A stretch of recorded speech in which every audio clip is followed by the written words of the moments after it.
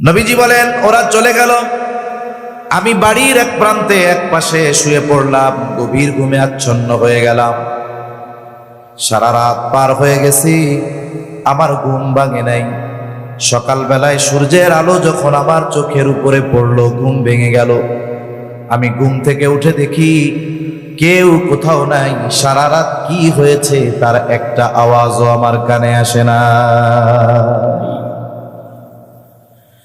যদি নবুয়াতির পরে যেই বিষয়গুলো হারাম করা হয়েছে, নিষেধ করা হয়েছে, ওই ধরনের কোনো কাজ যদি নবীজি নবুয়াতির আগে করতেন, তাহলে কাফেররা হয়তো আমার আপনার নবীকে বলতো, মুহাম্মদ তুমিও তো এক সময় এইগুলা করছো, এখন কেন মানা করো? কারণ আমাদের সমাজেও এইরকম আছে, অনেক যুবক আছে, তরুণ আছে, যৌবনকাল অন্যায় করে, অপরাধ করে, ওলামায়ে কেরামের সাথে মহব্বত রাখে। এই যুবকটাকে ওলামায়ে কেরাম খুব ভালো মতো তাশকিল করে বুঝায়া পাঠায় দিল, দাওয়াত ও তাবলীগের মেহনতে পাঠায় দিছে। চিল্লায় চলে গেছে, এক চিল্লা, দুই চিল্লা, তিন চিল্লা দিয়ে বাড়িতে আসছে। যেই যুবক গিয়েছিল দাড়ি ছাড়া, যখন এলাকায় ফিরছে, লম্বা দাড়ি, গেছিল খালি মাথায়, মাথায় এখন পাগড়ি, গেছিল শার্ট প্যান্ট পরে, এখন গায়ে লম্বা জুব্বা। এই ছেলেটা যখন চলে যায়, বোঝা যায় না 4 মাস আগের ব্যক্তি আর এই ব্যক্তি মিলানো যায় না। বলেন তো, এই যুবকটা তাবলীগে যাওয়ার আগে তার চরিত্র যেমন ছিল, যেই পাপাচার অনাচার গুলো সে করত, তাবলীগে সময় দিয়ে আসার পরে, তাওবা করার পরে ওই কাজগুলো তার কাছে আর ভালো লাগবে নাকি? তার ভালো লাগবে না। কাউকে যদি ওই কাজ করতে দেখে, তাও তার ভালো লাগবে না। সে আসরের নামাজ পড়ার জন্য মসজিদের দিকে রওনা হলো। মসজিদের আগেই দোকান, এই দোকানে বসে সে জীবনের অনেক সময় আড্ডা দিয়েছে, চা পান করেছে, সিগারেট খেয়েছে, ইফটিজিং করছে, কত কিছু করছে। এবার দোকানটার দিকে তাকায় দেখে সবাই আছে, শুধু সে নাই। চিন্তা করে, জীবনের অনেক সময় যাদের সাথে কাটাইলাম, এই মানুষগুলোর পরিণতি কি হবে আল্লাহ জানে। একটু যাই, তাদেরকেও দাওয়াত দেই। এইবার সে কাছে গিয়ে দাওয়াত দিচ্ছে, ও আমার ভাইয়েরা, ও আমার মুরব্বীরা, জীবন বড় সংক্ষিপ্ত, মরণ কখন চলে আসে বলা যায় না। এ দুনিয়াতে আল্লাহ তাআলা বেহুদা পাঠান নাই। আপনারা কেউ বিড়ি সিগারেট খাইয়েন না, চায়ের দোকানে বসে সময় কাটায়েন না। আসেন আমরা নামাজে যাই, আল্লাহর ঘরে যাই।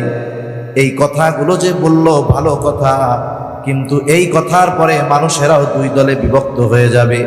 একদল চিন্তা করবে না কথাটা ঠিক বলছে, আর একদল তার এই কথার প্রতি উত্তরে বলবে, এত বুজুর্গিগিরি দেখায়ও না, 6 মাস আগে তুমি কেমন ছিলে আমরা জানি। এরকম লোক আছে না নাই বলেন? অথচ একটা লোক যদি পাপ করে আর আল্লাহ তাআলার কাছে যদি খালেস ভাবে তাওবা করে, আল্লাহ মাফ করে দেয় কি দেয় না? এই যে কথাটা তারা বলছে, নবীজিকে যেন কাফেররা এই কথা না বলতে পারে, ও মুহাম্মদ তুমি আমাদের মদ পান করতে মানা করো, অথচ তুমিও তো কিছুদিন আগে মদ পান করেছো, এমনটা যেন না বলতে পারে। এই কথা বলার সুযোগ আল্লাহ তাআলা আমার আপনার নবীর ব্যাপারে রাখেন নাই। এই জন্য নবীজির চরিত্র হলো এই রকম, নবুয়তির আগেও যেমন, নবুয়তির পরেও তেমন। তবে নবুয়তির পরের সাথে আগের সাথে পরের কিছু পার্থক্য আছে। পার্থক্যটা কেমনে একটা উদাহরণ দিলে বুঝতে সহজ হবে। মনে করেন একটা মানুষ বিদেশ থেকে একটা স্বর্ণের বার এনেছে, স্বর্ণের বার অথবা বিস্কিট, যা বলেন বলেন। যখন কিনছে চকচক করতেছে, এইবার ওই স্বর্ণের বার সে ঘরের মধ্যে রেখে দিয়েছে 10 বছর ব্যবহার না করে আলমারির কোনায়। বলেন তো, 10 বছর আগে এই স্বর্ণের টুকরার যেই উজ্জ্বলতা ছিল, 10 বছর পরে সেরকম থাকবে নাকি? পিতলের কালার হয়ে যাবে, তামার কালার হয়ে যাবে। যতই কালার পরিবর্তন হোক, দাম কি কমবে? ওইটা তো আর বাংলাদেশ ব্যাংকের ভোল্ট না। বাংলাদেশ ব্যাংকের ভোল্টে নাকি স্বর্ণ রাখছে 22 ক্যারেটের, খুঁজতে যায় দেখে হায় আল্লাহ, এটা 18 ক্যারেট হয়ে গেছে। চিন্তা করছেন অবস্থা কি? এখন স্বর্ণের গ্লেস কমছে কিন্তু দাম কমে নাই। আপনি যদি বাজারে নিয়ে স্বর্ণকারের কাছে দেন, একটু পুড়ায়া অথবা অ্যাসিড পানির মধ্যে একটা চুবড়ি দিলে আবার উজ্জ্বলতা ফিরে পাবে। নবীজির চরিত্রটাও এরকম। নবুয়তির আগেও স্বর্ণ, পরেও স্বর্ণ। আগের স্বর্ণ একটু উজ্জ্বলতা কম, পরেরটা বলে উজ্জ্বল বেশি। কেন? বলে নবীজির উত্তম চরিত্রকে নবুয়তির কুদরতি পানি দ্বারা আল্লাহ এমন ভাবে দৌত করেছে যে নবুয়তির আগে নবীর চরিত্রে মুগ্ধ হয়েছিল শুধু মক্কাবাসী, আর নবুয়তির পরে নবীর চরিত্রে মুগ্ধ হয়েছে গোটা সৃষ্টি জগৎ। রাসূল আকরাম সাল্লাল্লাহু আলাইহি ওয়াসাল্লামের চারিত্রিক সৌন্দর্য কেমন? আল্লাহ তাআলা কুদরতি ভাবে হেফাজত করেছে নবীর চরিত্র। আফসোস লাগে, নবীর দুশমন নবীকে হত্যার চেষ্টা করেছে, তবু নবীর চারিত্রিক ব্যাপারে অপবাদ দেওয়ার দুঃসাহস করে নাই। কিন্তু বর্তমান জামানার কিছু ইসলাম বিদ্বেষী মুসলমানের ঘরে জন্ম নিয়ে নবীজির চারিত্রিক ব্যাপারে অপবাদ দেওয়ার দুঃসাহস করে এমন বেয়াদব আছে না? মনে রাখতে হবে, অপবাদ দেওয়ার মাধ্যমে নবীর সম্মান কমানো যাবে না। এরপরেও ওরা নবীর বিরুদ্ধে যেই সমস্ত বিষয় উত্থাপন করে অপবাদ দেওয়ার দুঃসাহস করে, এর মধ্যে একটা হলো তারা বলে নবীজি সম্পদ লোভী ছিল। নাউজুবিল্লাহ। এই জন্যই তো 25 বছরের যুবক 40 বছরের একজন নারীকে বিয়ে করছে, আবার যার আগে 2টা বিবাহ হয়েছে। অথচ ইতিহাস কি বলে? নবীজি সম্পদের লোভে বিয়ে করছে? খাদিজাতুল কুবরা রাদিয়াল্লাহু তাআলা আনহা, বরং খাদিজা রাদিয়াল্লাহু তাআলা আনহা নবীর চরিত্রে মুগ্ধ হয়ে বিবাহের প্রস্তাব ওনার পক্ষ থেকেই গেছে। খাদিজার বয়স তখন 37 বছর। এর আগে 2 জন স্বামী ওনার ইন্তেকাল করেছে।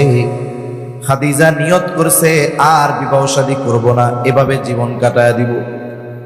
পিতার কিছু সম্পদ, স্বামীদের কাছ থেকে পাওয়া কিছু সম্পদ, এগুলো দিয়ে তিনি ব্যবসা শুরু করে দিলেন। তিনি একজন বুদ্ধিমতী বিদুষী নারী ছিলেন, বিদুষী নারী। সফল একজন ব্যবসায়ী হয়ে গেলেন। বিভিন্ন বড় বড় জায়গা থেকে রাজা বাদশারা পর্যন্ত খাদিজাকে বিবাহের প্রস্তাব দিত, উনি নাকচ করে দিতেন। সফল একজন ব্যবসায়ী খাদিজা। শুধু তাই না, খাদিজার উপাধি ওই জাহেলিয়াতের সময়ের খারাপ মানুষগুলো দিয়েছিল তাহেরা, ভূত পবিত্রা। খাদিজা 37 বছর বয়স। এই সময় সে তার ব্যবসার সবচেয়ে বড় কাফেলা পাঠাবে সিরিয়ায়। একজন বিশ্বস্ত মানুষ খুঁজতেছে কোথায় পাওয়া যায়। এক্সপোর্ট ইম্পোর্টের ব্যবসা ছিল খাদিজার। মক্কা থেকে সিরিয়ায় মক্কার যেই পণ্যগুলোর চাহিদা, ওই পণ্যগুলো নিয়ে কাফেলা সিরিয়ার বাজারে বিক্রয় করত। আবার সিরিয়ার যেই পণ্যগুলোর চাহিদা মক্কায়, ওই পণ্যগুলো সিরিয়া থেকে কিনে এনে খাদিজা মক্কার বাজারে বিক্রয় করাতেন। এটা ছিল তার ব্যবসা। এখন এই কাফেলার দায়িত্ব কাকে দেওয়া যায় সে খুঁজতেছে, কাউরে পায় না। আবু তালেব জানতে পারলো যে খাদিজা একজন বিশ্বস্ত মানুষ খুঁজতেছে কাফেলার দায়িত্ব দেওয়ার জন্য। আবু তালেব আমার আপনার নবীর কাছে এসে বলে, মুহাম্মদ, খাদিজা তো একজন বিশ্বস্ত মানুষ খুঁজতেছে, তুমি খাদিজার কাছে গিয়ে বলো যে ও খাদিজা, আপনি যদি আমাকে এই দায়িত্ব দেন তাহলে আমি এই দায়িত্ব নিতে রাজি আছি। চাচা বলতেছে তুমি গিয়ে বলো যে আমি দায়িত্ব নিতে চাই। আর নবী কি বলে? আমি দায়িত্ব চাইয়া নিতে পারবো না। যদি খাদিজা আমাকে প্রস্তাব দেয় তাইলে ভিন্ন কথা। কারণ দায়িত্ব চেয়ে নেওয়া আর দায়িত্ব চাপায়া দেওয়া দুটো বিষয় কিন্তু এক নয়। মনে করেন কোনো বিষয়ের দায়িত্ব যদি আমি আপনাদের কাছ থেকে জোর করে চেয়ে আনি, যেই দায়িত্বটা আমারে দেন। এখন ওই দায়িত্ব পালন করতে গিয়ে যদি কোনো ত্রুটি বিচ্যুতি হয়, আপনারা আমাকে জামাতবদ্ধ হয়ে বেশি কথা বলবেন। হুজুর, ওনার কাম হইলো ওয়াজ করা, নামাজ পড়ানো, মাদ্রাসায় পড়ানো, ওনার এই দায়িত্ব নিতে কইছে কি? তার মানে আমি যদি দায়িত্ব চেয়ে নেই আর যদি ওই দায়িত্ব পালনের ত্রুটি বিচ্যুতি হয়ে যায়, স্বাভাবিক আপনারা বেশি কথা বলবেন, এটাই স্বাভাবিক।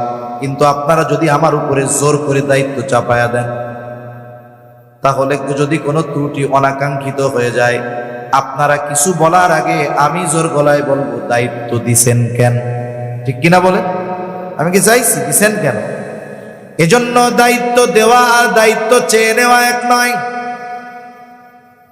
আবু তালেব চলে গেছে খাদিজার কাছে গিয়ে বলে, ও খাদিজা, আপনি নাকি এমন একজন ব্যক্তি খুঁজতেছেন, আমার ভাতিজা যদি মুহাম্মদ এই দায়িত্ব নেয় কেমন হয়? খাদিজা চিন্তা করেছিল মুহাম্মদ মনে হয় এই দায়িত্ব নিবে না। কিন্তু যখন চাচার মুখে এই কথা শুনছে, খাদিজার চেহারা থেকে চিন্তার ছাপ দূর হয়ে গেছে। বলে, মুহাম্মদ যদি এই কাফেলার দায়িত্ব নেয়, এর চাইতে উত্তম আর কোনো কিছুই হতে পারে না। তা খাদিজারও আগ্রহ আছে।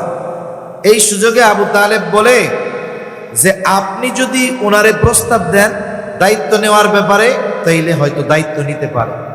খাদিজা কি বলে? খাদিজা বলতেছে, আবু তালেব, মুহাম্মদ ব্যতীত অন্য কারো ব্যাপারে যদি আপনি এই কথা বলতেন, কখনোই আমি অন্য কাউকে প্রস্তাব দিতাম না।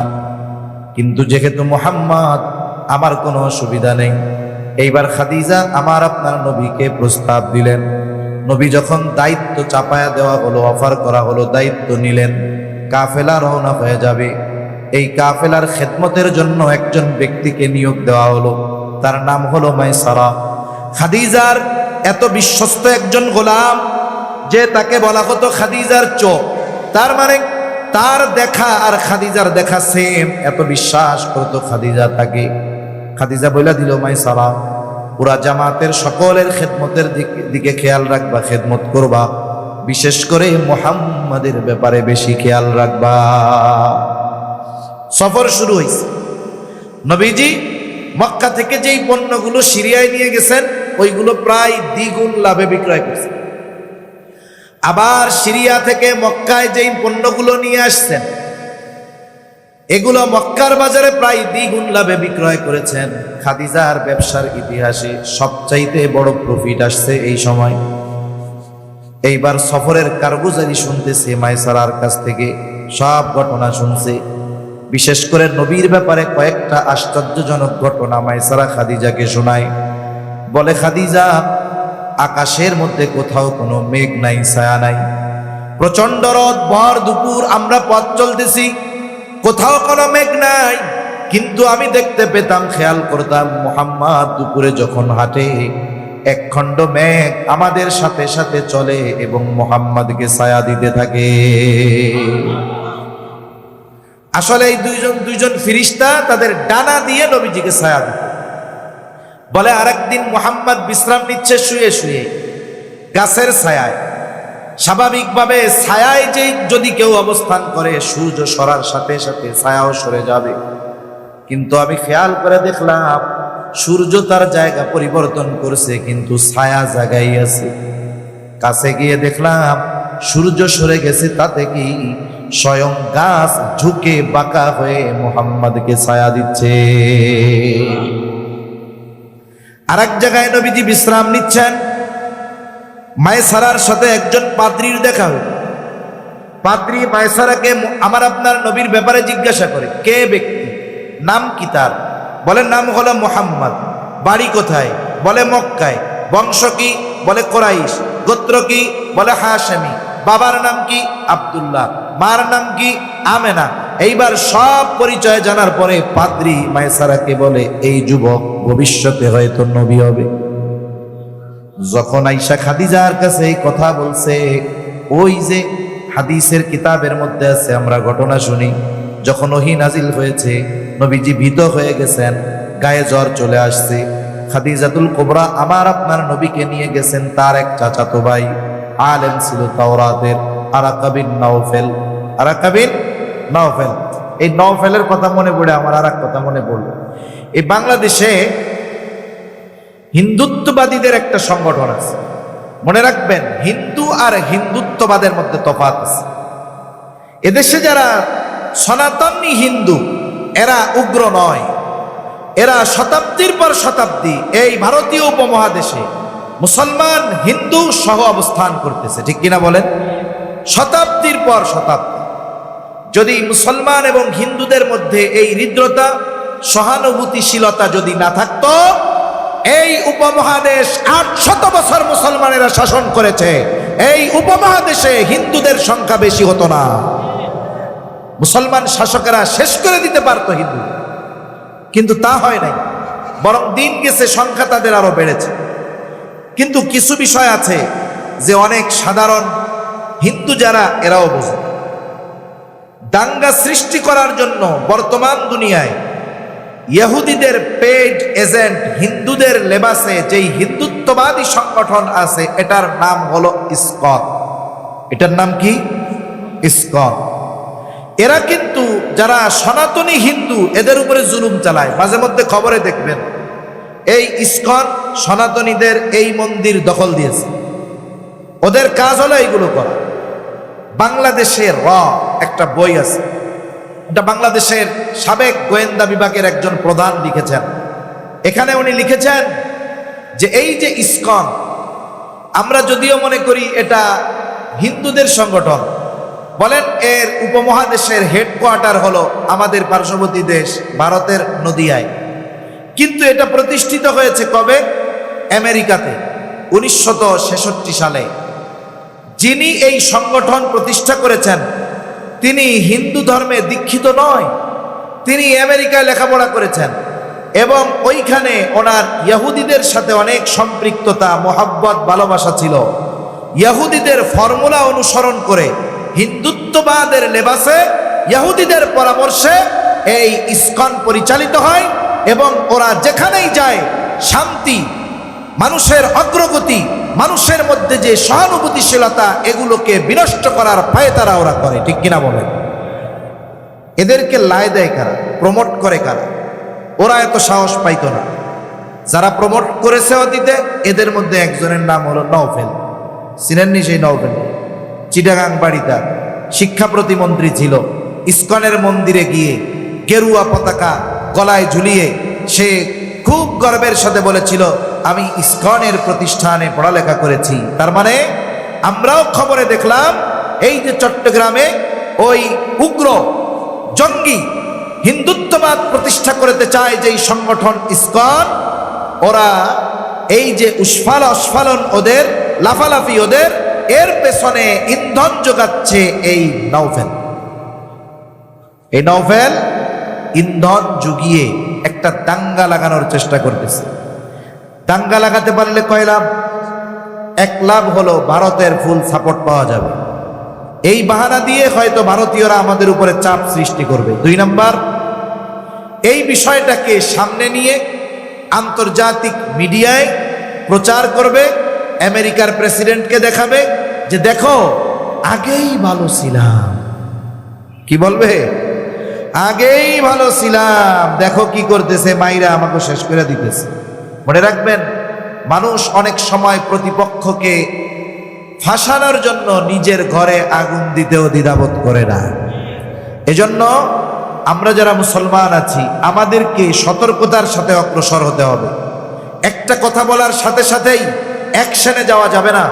যারা সুচিন্তিত মনস্কা মানুষ, যারা ইন্টারন্যাশনাল পলিটিক্স বুঝে, বিজ্ঞ মানুষ, এদের সাথে পরামর্শ করে সামনে অগ্রসর হতে হবে। তা না হলে কি হবে? তারাই আমাদেরকে ফাঁদে ফেলে এই যে এক নতুন রাষ্ট্র বিনির্মাণের প্রচেষ্টা চলতেছে, এটাকে ধ্বংসের মুখে ঠেলে দেওয়ার প্রচেষ্টা এরা চালিয়ে যাবে। ঠিক কিনা বলেন? এজন্য একটু সতর্ক থাকতে হবে আমাদের।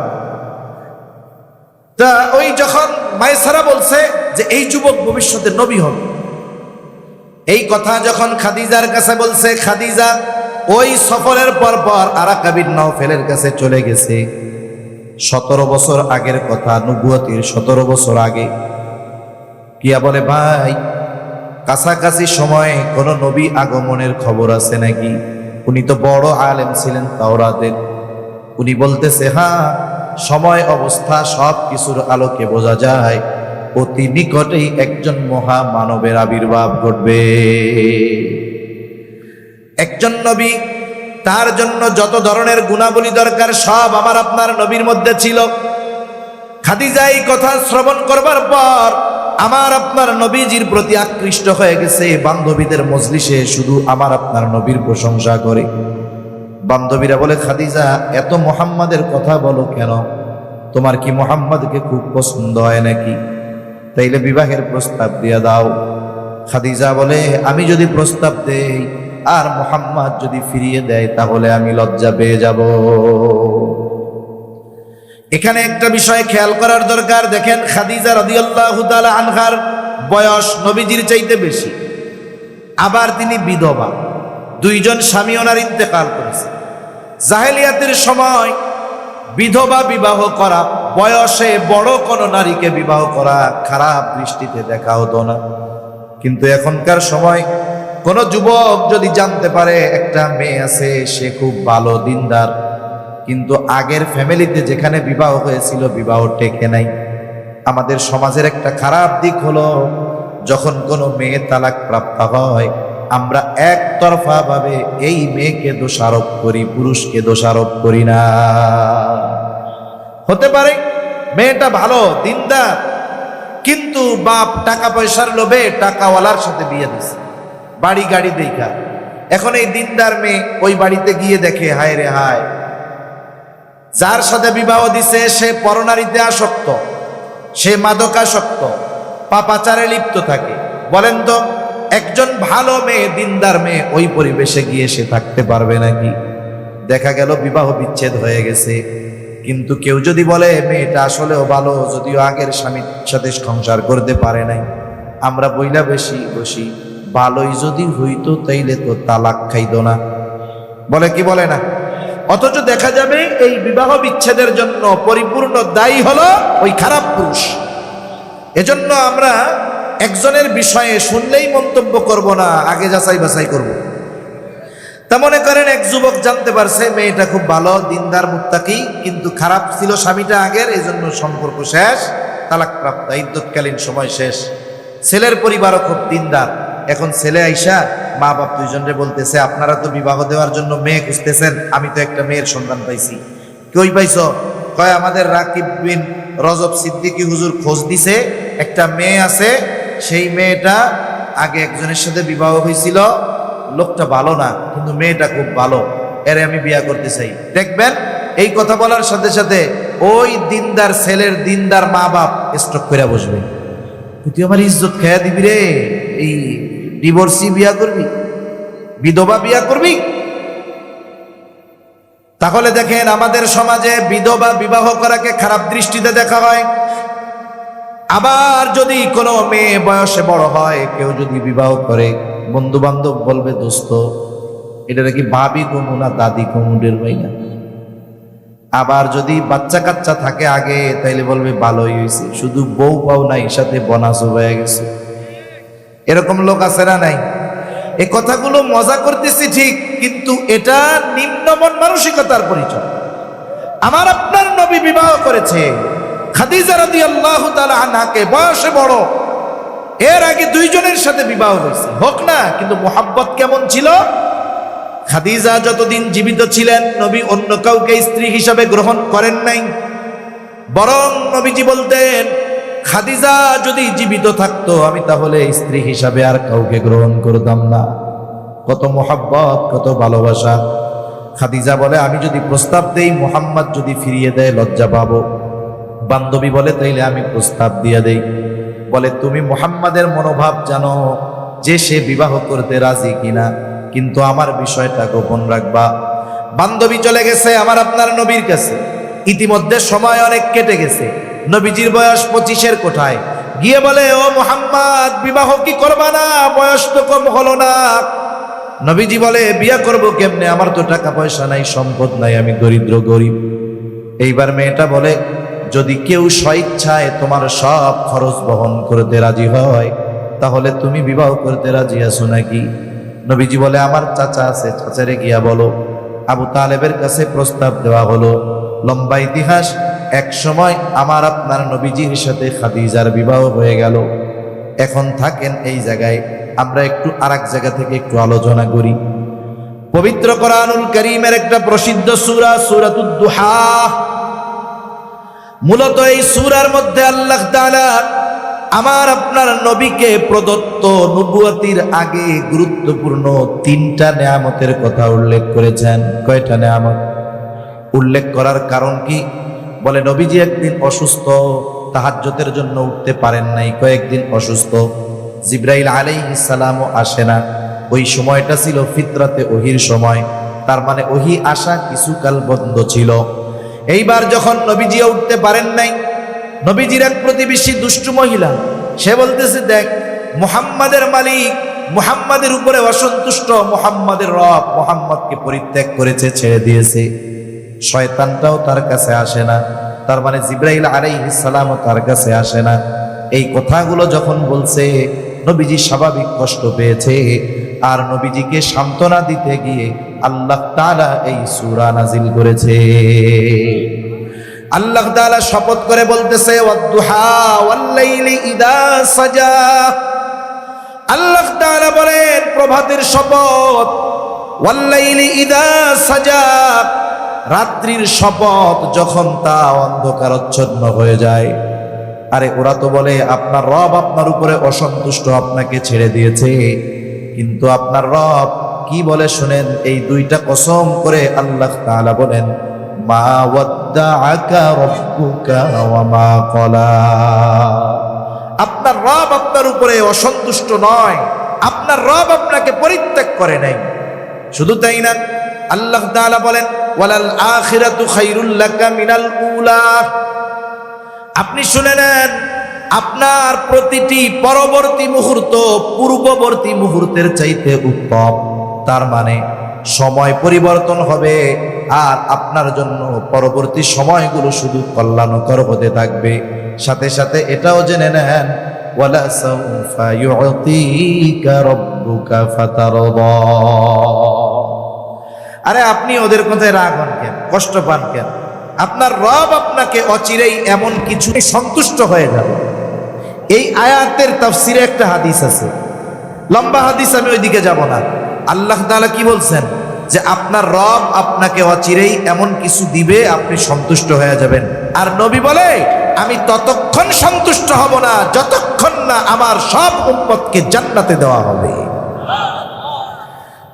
এরপরে আল্লাহ তাআলা কেমন যেন বলেন, হাবিব আমি আপনাকে নবুয়ত দেওয়ার আগে ভুলি নাই, নবুয়ত দেওয়ার আগে ছেড়ে দেই নাই, আর নবুয়তি দিয়া এত বড় জিম্মাদারি আমি আল্লাহ আপনাকে দিয়া ছেড়ে দিব, এটা হতে পারে না।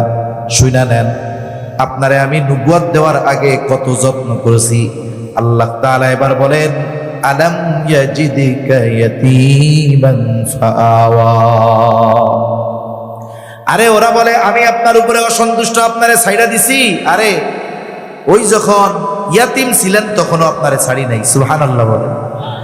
আল্লাহ তাআলা বলেন, আলাম ইয়াজিদিকা ইয়াতীমান ফাআওয়া। তিনি কি আপনাকে ইয়াতিম অবস্থায় পায় নাই?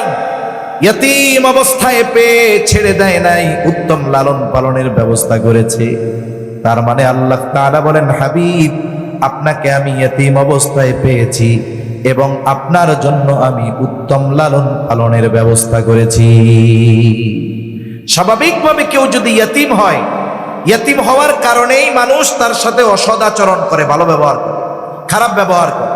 কিন্তু আমার আপনার নবী ইয়াতিম ছিলেন ঠিক, ইয়াতিম হওয়ার কারণে কেউ আমার আপনার নবীর সাথে খারাপ আচরণ করে নাই। অনেক সময় কি হয়, একটা মেয়ে প্রেগন্যান্ট, শ্বশুর বাড়িতে আছে, আল্ট্রাসোনোগ্রাম করছে, দেখছে যে ছেলে হবে। বলেন তো, ছেলের খবর যদি দাদা শুনে খুশি হয় না বেজার হয়? 70 বছরের দাদারও তখন মনে হয় যে আমি যুবক হয়ে যাইতেছি, আমার খেলাধুলার লোক আসতেছে। দাদিও খুশি হয়, দাদি যদিও মহিলা, কিন্তু যেই শুনে পোলার পোলা হবে সেও খুশিতে লাফায়। এখন ডেলিভারির বাকি আছে 1 মাস। হঠাৎ করে ওই যে সন্তান গর্ভে ওর বাপ মারা গেছে। বলেন তো, ছেলে হবে এই খবর শুনে দাদা যত খুশি হয়েছিল, এখন ওনার ছেলে যখন মারা গেছে খুশি আর আসেনি?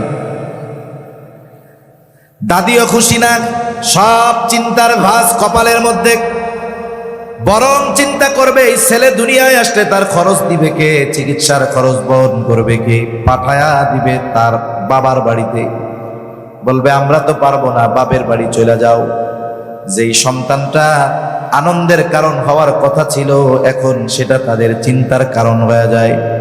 আমার আপনার নবীর পিতা নবী দুনিয়ায় আসার 6 মাস আগে মারা গেছে।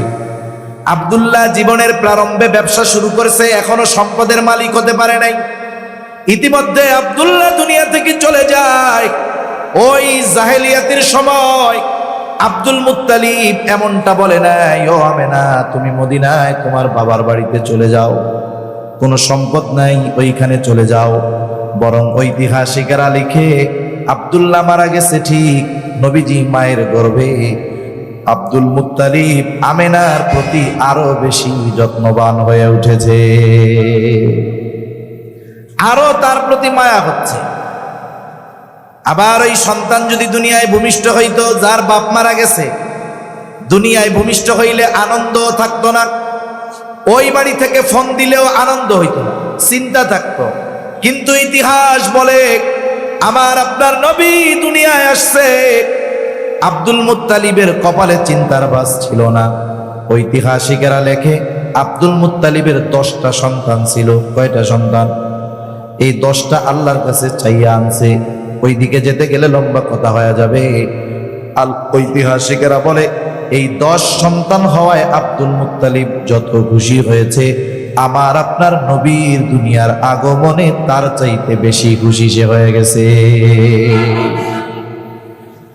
আমার আপনার নবীর বাবার টাকা পয়সা নাই, কারণ ব্যবসায়িক সফরে গিয়া মরছে। আরবের নিয়ম কি? তায়েফের আবহাওয়া এটা খুব আরামদায়ক এক আবহাওয়া। বনু সাকিব গোত্রের মানুষ শুদ্ধবাসী ছিল। বছরে একটা সময় তারা মক্কায় আসতো, ছোট ছোট বাচ্চাদেরকে দুধ পান করানোর জন্য নিয়ে যাইত। সবাই আসছে ওই সময়, প্রত্যেক বাড়িতে খুঁজে খুঁজে ধনির দুলালি যারা, মানে যেই বাচ্চার বাপ ধনী, তাদেরকে নিয়ে গেছে। আমার আপনার নবীর ঘরে সবাই আসছে, যেই শোনে বাপ নাই, বাপ মালও রাইখা যায় নাই, চইলা যায়। হালিমাতুস সাদিয়া আসছে একটা দুর্বল বাহন নিয়ে, সবার পেছনে আসছে। আইসা দেখে সবাই টাকা পয়সাওয়ালাদের ছেলে মেয়ে নিয়ে চলে গেছে। নবীর ঘর থেকে একবার ঘুরে গেছে, যখন দেখে কাউকে পায় না, তখন হালিমাতুস সাদিয়া স্বামীকে বলে, আসছি যেহেতু খালি হাতে যামু কেন? ইয়াতিম বাচ্চাটার দিকে তাকায়া মায়া লাগছে, চলেন এইটারেই নিয়ে যাই। এইবার দুইজনে গিয়া আমার আপনার নবী, ইয়াতিম নবী হালিমাতুস সাদিয়া নবীকে নিয়ে গেছে। হালিমাতুস সাদিয়া বলে, আমি যখন মুহাম্মদ, শিশু মুহাম্মদকে কোলে নিলাম, আমার স্তনে দুধ কম ছিল। অসুস্থতার কারণে, দুর্বলতার কারণে আল্লাহ তাআলা মুহাম্মদকে কোলে নেওয়ার সাথে সাথে আমার স্তনগুলো দুধে পরিপূর্ণ করে দিয়েছে।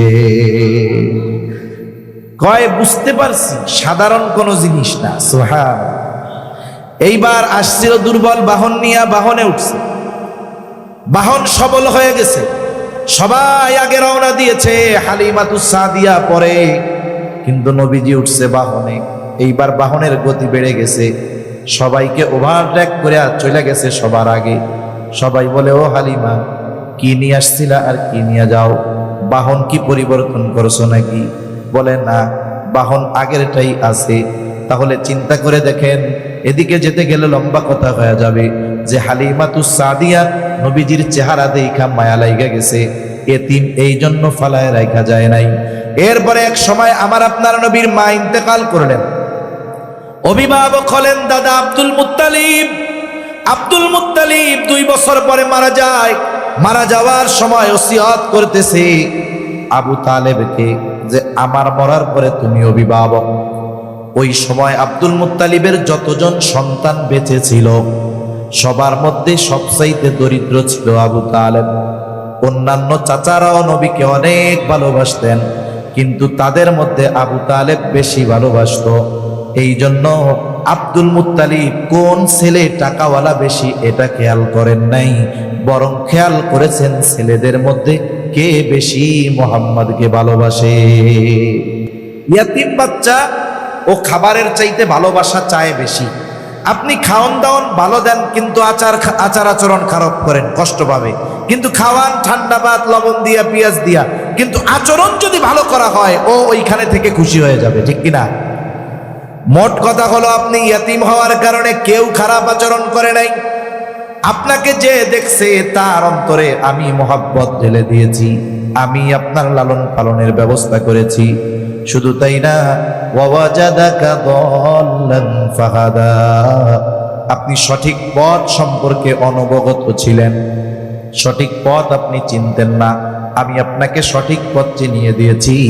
ওয়াজাদাকা আইলান ফাআগনা, আরে নবুয়তির আগে আপনি নিঃস্ব ছিলেন, আমি আল্লাহই আপনাকে ধনী বানায় দিয়েছি। এই আয়াতের তাফসীরে মুফাসসিরিনে কেরাম খাদিজাতুল কুবরা রাদিয়াল্লাহু তাআলা আনহার সাথে বিবাহের কথা উল্লেখ করেন। নবীজির সাথে খাদিজার বিবাহ হয়ে গেল। খাদিজা আমার আপনার নবীজিকে বলতেছে, ও মুহাম্মদ, এতকাল আপনার সাথে আমার সম্পর্ক ছিল একরকম, আজকে থেকে আর এক রকম, এখন থেকে আমি হইলাম আপনার অধীনস্থ। মুহাম্মদ, আপনি শুনে নেন, আমার যত সম্পদ আছে আমি সব সম্পদের মালিক আপনাকে বানিয়ে দিলাম। এই সম্পদ যেখানে খুশি যেভাবে খুশি আপনি ব্যয় করবেন, কোনো অসুবিধা নাই। আর আল্লাহ বলেন, ওই যে খাদিজা সম্পদের মালিক বানাই দিছিল, এটার ব্যবস্থা কে করছে? আল্লাহ তাআলা করছে। এজন্য নবীজি সম্পদের লোভে খাদিজাকে বিবাহ করেন নাই, নবীজিকে বিবাহ করেছেন। খাদিজা নিজে প্রস্তাব দিয়েছে, সম্পদের লোভে নবীজি বিবাহ করেন নাই। নবীর ব্যাপারে এই একটা অপবাদ দেয়, আর একটা অপবাদ দেয় যে নবীজি নিজের পুত্রবধূকে বিবাহ করেছে। নাউজুবিল্লাহ। হযরত যায়েদ রাদিয়াল্লাহু তাআলা আনহু, উনি প্রথমে খাদিজা রাদিয়াল্লাহু তাআলা আনহুর গোলাম ছিলেন। যায়েদকে কিনে আইনা দিছে বাজার থেকে খাদিজার এক ভাই। যায়েদ গেছে হারায়া, আর একদল দুষ্টু মানুষ যায়েদ রে পেয়ে বাজারে নিয়ে গোলাম হিসাবে বিক্রয় করে দিছে। এখন এই বাচ্চা গোলাম রে কিনে আইনা খাদিজার এক ভাই খাদিজারে হাদিয়া দিছে। নবীজির সাথে বিবাহের পরে যায়েদের আচার আচরণ ভালো, আদব লেহাজ ভালো, নবীজিকে হাদিয়া দিয়ে দিছে যে ধরেন এটা আপনারে দিয়া দিলাম যায়েদকে। এই দিক দিয়া যায়েদের মা বাবা খুঁজতেছে, পোলা কই গেল, খুঁজে খুঁজে পায় না। এই যে ইদানিং দেখতেছি, প্রায় দেখি বাচ্চা হারাইতেছে, ছোট বাচ্চারা হারিয়ে যাচ্ছে, হয়তো অপহরণকারী নিয়ে যাচ্ছে। এটা একটা কঠিন বিষয়। এজন্য আপনারাও আপনাদের বাচ্চাদের উপরে একটু খেয়াল রাখতে হবে, নজর রাখতে হবে, সতর্ক থাকতে হবে, ঘরের বাইরে গেলে খেয়াল করতে হবে। তা যায়েদের খোঁজ মা বাবা করতে করতে এক সময় জানতে পারলো মক্কায় আছে মুহাম্মদ সাল্লাল্লাহু আলাইহি ওয়াসাল্লামের কাছে। খুঁজতে খুঁজতে চলে আসছে। উনি তখন বালক, মা বাপ পাইছে, মা বাবাও চিনছে, সেও মা বাবাকে চিনছে। এবার নবীজি তাকে আজাদ করে দিয়েছে, যে যান, আজাদ করে দিলাম, এরে আপনারা নিয়ে যান। দীর্ঘ সময় যায়েদ নবীজির কাছে থাকছে। নবীজির চরিত্রে সে এতটা মুগ্ধ হয়েছে, মা বাবাকে বলে তোমরা যাও, আমি তোমাদের সাথে যাব না। কত মহব্বত মায়া নবীর উপর। এক সময় মা বাবা তাকে রেখে যাইতে বাধ্য হয়েছে। আর যায়েদের এই মহব্বতের কদর নবীজি করেছেন। নবীজি সবার সামনে ঘোষণা দিয়ে দিলেন, আজ থেকে যায়েদ হলো আমার পুত্র, পালক পুত্র। এই যায়েদের সাথে নবীজি বিবাহ দিয়ে দিয়েছেন ওনার ফুফাতো বোন যায়নাব বিনতে জাহাশকে। যায়নাব বিনতে জাহাশ কুরাইশ বংশের মেয়ে, আর যায়েদ গোলামি খাটছে। এই দুইজনের সাথে বনিবনা হয় না। নবীজি বহুত চেষ্টা করছে, কাজ হয় না। এক সময় যায়েদ নবীজির কাছে এই ব্যাপারে আলোচনা করতে করতে নবীজির সামনে এক সময় যায়নাব বিনতে জাহাশকে তালাক দিয়ে দিছে। নবীজি চেষ্টা করেছে বিবাহ বন্ধন টিকুক, কিন্তু যায়েদ এক সময় কথার মধ্যে তালাক দিয়ে দিছে। এই দিক দিয়ে আল্লাহ তাআলা ওহী নাজিল করছে, হাবিব, তাহলে যায়নাব বিনতে জাহাশের ইদ্যতকালীন সময় শেষ হওয়ার পরে আপনি এর বিয়ে করবেন। সমস্যাটা কোথায়? জাহেলিয়াতের সময় শতাব্দীর পর শতাব্দী ধরে এই রীতি চলে আসছিল যে পালক পুত্রকে নিজের পুত্রের মতো মনে করা হয়। মারা যাওয়ার পরে সন্তান যেমন সম্পদের মালিক ওয়ারিশ সূত্রে এমনি হয়ে যায়, পালক পুত্র ওই ঔরসজাত সন্তানের মতো সম্পদের মালিক হয়ে যায়। কিন্তু ইসলাম এই কুসংস্কারের কবর রচনা করেছে আমার আপনার নবীজির মাধ্যমে।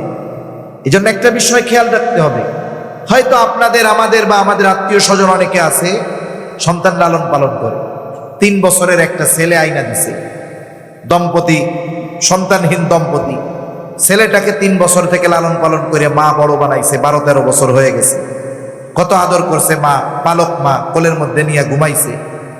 শরীয়তের মাসালা হলো এই ছেলে যখন বালেগ হয়ে যাবে, ওই পালক মা ছোট থাকতে নাবালক থাকতে যে কোলে কইরা পালছে, ওই মা ওই বাচ্চার সাথে আর ছেলের সাথে দেখা করতে পারবে না, বালেগ হওয়ার পরে পর্দা করতে হবে। মেয়ে একটা আনছেন ছোট 3 বছর বয়স, লালন পালন করছেন, কত কোলে নিছেন, কপালে চুমা দিছেন, মেয়েটা বালেগা হয়ে গেছে, 9 বছর ধরে 8 বছর ধরে লালন পালন করছেন, ও যখন বালেগা, এই পালক পিতা ওই পালক কন্যার সামনে যেতে পারবে না, পর্দা করতে হবে, এটাই শরীয়তের ফয়সালা। তবে যদি 2 বছরের আগে কোনো বাচ্চা আনে, এখন এই বাচ্চাকে যদি ওই মহিলা যে পালক মা, সে যদি তার বোন কেউ থাকে, আপন বোন সন্তান আছে, দুধ পান করায়, ওই 2 বছরের ছোট বাচ্চারে দিয়া দুধ পান করায় দিছে বোনের, এখন সম্পর্ক কি হয়েছে? গন্ধ দুধ সম্পর্ক হয়ে গেছে না? এক্ষেত্রে মাসালা ভিন্ন। আবার 2 বছরের পরে আইনা যদি দুধ পান করায়, তাইলে দুধ সম্পর্ক হবে না। তা মূল কথা হলো, পালক পুত্রকে নিজের পুত্র মনে করত, নিজের পুত্রের পুত্রবধূকে বিবাহ করা যেমন হারাম, অনুরূপভাবে তারা মনে করত পালক পুত্র যে তার স্ত্রীকে সে তালাক দেওয়ার পরে বিবাহ করা হারাম। এখন নবী তো এই কাজ করতে হবে, আদেশ দিছে কে? হায় হায়, চিন্তা করে যে এই কাজ কেমনে করি। আল্লাহ তাআলা বলেন যে আল্লাহর পক্ষ থেকে নবীদের যে আদেশ দেওয়া হয়, এ কাজ করতে কোনো সমস্যা নাই। সারা পৃথিবী একদিকে যাক, আল্লাহ তাআলার আদেশ মানতে হবে আপনাকে। মূলত আল্লাহ তাআলা চেয়েছেন এই কুসংস্কারের কবর রচনা করে দেওয়ার জন্য। আর অল্প সময়, বেশি সময় কষ্ট দিব না, কুসংস্কারের কবর রচনা করে দেওয়ার জন্য। কারণ অনেক সময় আছে বলার চাইতে করলে এটার প্রভাব বেশি পড়ে। একটা উদাহরণ দেই, এরপরে মূল আলোচনার দিকে গিয়ে আমি শেষ করে দিই। হুদাইবিয়ার সন্ধির সময় নবীজি সাল্লাল্লাহু আলাইহি ওয়াসাল্লাম সাহাবায়ে কেরামকে নিয়ে মক্কার উদ্দেশ্যে রওনা হয়েছেন, 5ম হিজরিতে মনে হয়। মক্কা থেকে মদিনা, মদিনা থেকে মক্কার দূরত্বের 10 ভাগের 9 ভাগ অতিক্রম করে একেবারে মক্কার কাছাকাছি, সকলে ইহরাম পরা, সবার মনে আশা যে এই যে 5-6 বছর পর বাইতুল্লাহটা একটু ধরবো, আত্মীয় স্বজনের সাথে দেখা করব, সবার প্রস্তুতি এরকম। এই সময় লম্বা কথা, কাফেরদের সাথে মুসলমানদের একটা চুক্তি হয়েছে। যেই জায়গায় হয়েছে ওই জায়গায় একটা কুয়া আছে, হুদাইবিয়া ওই কুয়ার নাম। এই নাম অনুসারে জায়গার নাম, আর চুক্তির নামও হয়ে গেছে হুদাইবিয়ার সন্ধি। চুক্তির যতগুলো ধারা সবগুলো দৃশ্যমান হলো কাফেরদের পক্ষে, মুসলমানদের বিপক্ষে। চুক্তির ধারাগুলোর মধ্যে একটা ধারা যে এই বছর আপনারা মক্কায় ঢুকতে পারবেন না, ফিরে যাইতে হবে, আগামী বছর আসবে।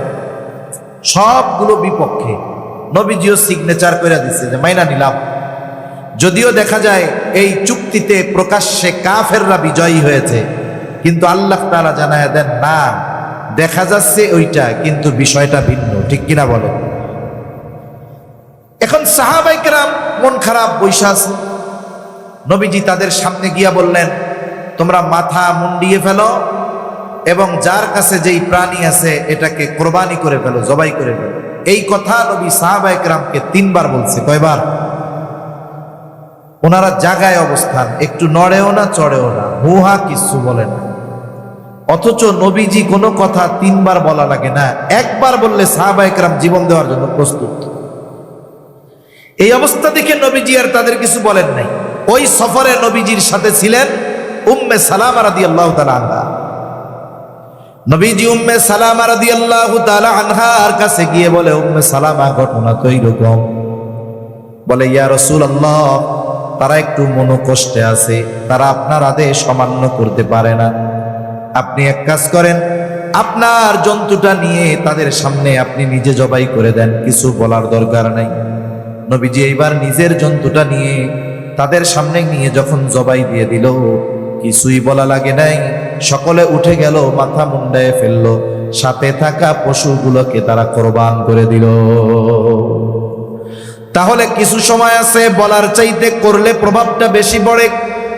আল্লাহ তাআলা চাইলেন আমার আপনার নবীজির মাধ্যমে এই কুসংস্কারের কবর রচনা করবে। শুধু তাই না, এই বিবাহ দুনিয়ার কোনো কাজই পড়ায় নাই, স্বয়ং আল্লাহ তাআলা এই বিবাহ সম্পাদন করেছেন।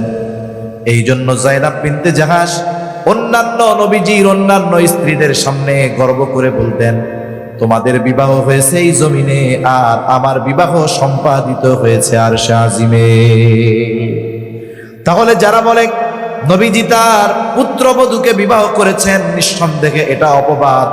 বরং নবীজি এই কর্মের মাধ্যমে যুগ যুগ ধরে, শতাব্দীর পর শতাব্দী ধরে চলে আসা কুসংস্কারের কবর রচনা আল্লাহ তাআলা নবীর মাধ্যমে করিয়েছে।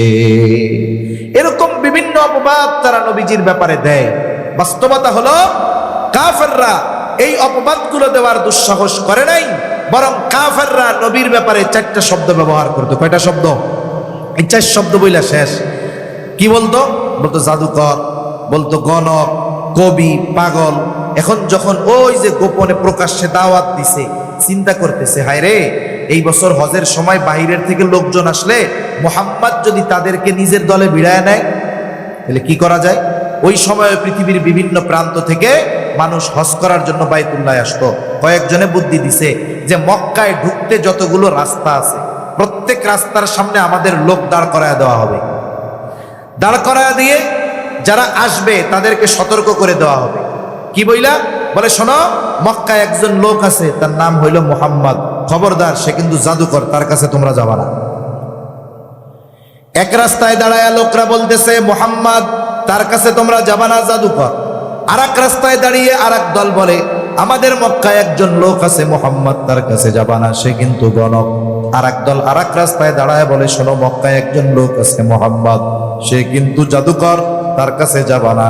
আর এক দল বলে, লোক আছে মুহাম্মদ, সে কিন্তু পাগল, যাবা না। আর এক দল বলে, আমাদের মক্কায় একজন লোক আছে মুহাম্মদ, সে কিন্তু কবি, তার কাছে তোমরা কেউ যাবা না। তার মানে পৃথিবীর বিভিন্ন প্রান্ত থেকে যত মানুষ আসছে, কেউ চেনে না, কেউ দেখে নাই মুহাম্মদকে, কিন্তু আল্লাহ তাআলা কাফেরদের মাধ্যমে মুহাম্মদ শব্দটা তাদের কানে পৌঁছায়া দিছে। ওরা চিন্তা করেছে ঠেকাতে হবে, আর সবার মুখে এক শব্দ মুহাম্মদ, মুহাম্মদ কে। এইবার ওরা মানা করেছিল, কাছে যাইস না। ওরা গিয়ে খোঁজে মুহাম্মদ কই। কেউ জাদু দেখার জন্য যায়, কেউ কবিতা শোনার জন্য যায়, কেউ পাগল দেখার জন্য যায়, কেউ গণক দেখার জন্য যায়, কেউ কবিতা শোনার জন্য যায়।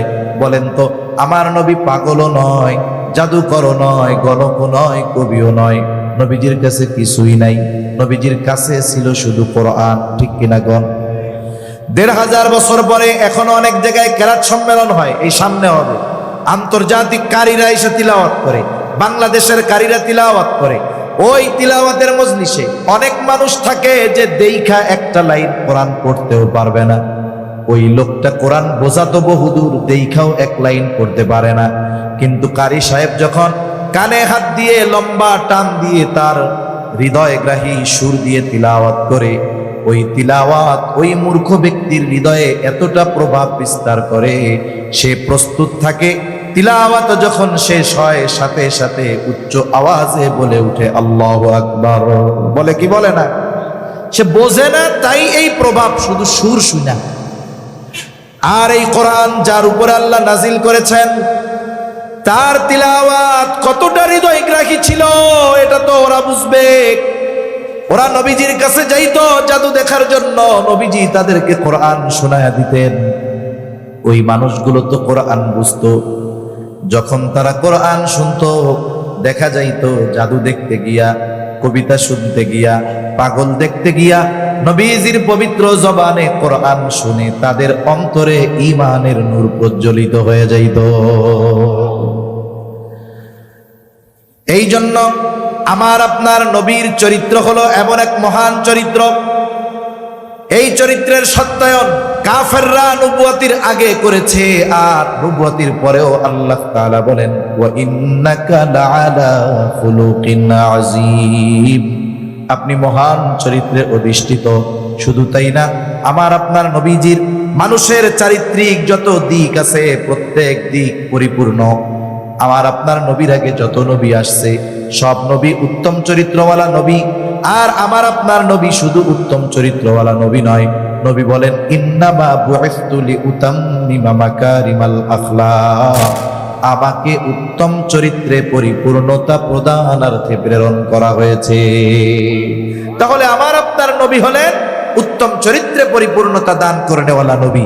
এখন আমি মানব জীবনের যেই বিষয়টা নবীর থেকে নিতে চাই, নবীর থেকে পাওয়া যাবে। সুবহানাল্লাহ বলেন। এখন আমাদের কি করণীয়? আমি একটা গুণের কথা বলছি শুধু আজকে, সত্যবাদিতার গুণের কথা, যে সত্যবাদিতার সত্যায়ন কাফেররা করেছে। আমরা নবীজিকে জানার জন্য সিরাত পড়ব, সাথে সাথে আজকে থেকে এখন থেকে যারা শুনতেছি যারা আসি প্রতিজ্ঞাবদ্ধ হব যে আমি আমার এই জবান দিয়ে একটা মিথ্যা কথা বলবো, ছাড়া যাবে তো ইনশাআল্লাহ? একটু অভ্যাস করেন, সত্যের মধ্যে মজা আছে।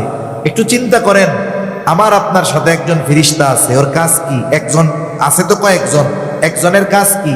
বলে মা ইয়ালফিযু মিন কাউলিন ইল্লা লাদাইহি রাকীবুন আতীদ। সদা তৎপর একজন ফেরেশতা, আমরা জবান দিয়ে যা বলি সাথে সাথে সে সেটাকে সংরক্ষণ করে রাখে। তার মানে মিথ্যা কথাগুলো সংরক্ষণ হয়ে থাকতেছে, সত্য কথাও সংরক্ষণ হচ্ছে। এজন্য আজকে থেকে আমরা নবীজির নববী গুণের গুণাবলীর অন্যতম গুণ যে আমার আপনার নবী হলেন সাদিকুল মাসদুক নবী। আমরা সত্যবাদিতার গুণ অর্জন করব, মিথ্যা পরিহার করব। বলেন ইনশাআল্লাহ। করবো তো ইনশাআল্লাহ? নাকি নার বদলে ইনশাআল্লাহ কইছেন? এই জামানায় কিন্তু না কইতে পারে না, ইনশাআল্লাহ কয়। একজন একজনকে কইছে তুমি আমার এই কাজটা কইরা দিও, খুব ভালো সম্পর্ক। ও মনে মনে কয় আমি তো করবো না, কিন্তু যদি না বলি সরাসরি তাহলে তো অসুবিধা, তো ইনশাআল্লাহ। বুঝেন নাই? তাবলিগ জামাতের সাথীরা গিয়া ধরছে, যাইতেই হবে 3 দিনে আমাদের সাথে। আর একজন কানের বসে কয় শোন, ছাড়বো না ইনশাআল্লাহ। না কইলে তো ছাড়বো না, তো কয় ইনশাআল্লাহ। ঠিক আছে তাহলে গেলাম। এখন আমরা ইনশাআল্লাহ রে বানাই ফেলছি নার বিকল্প। ওই ইনশাআল্লাহ কইছেন না আসলটা কইছেন?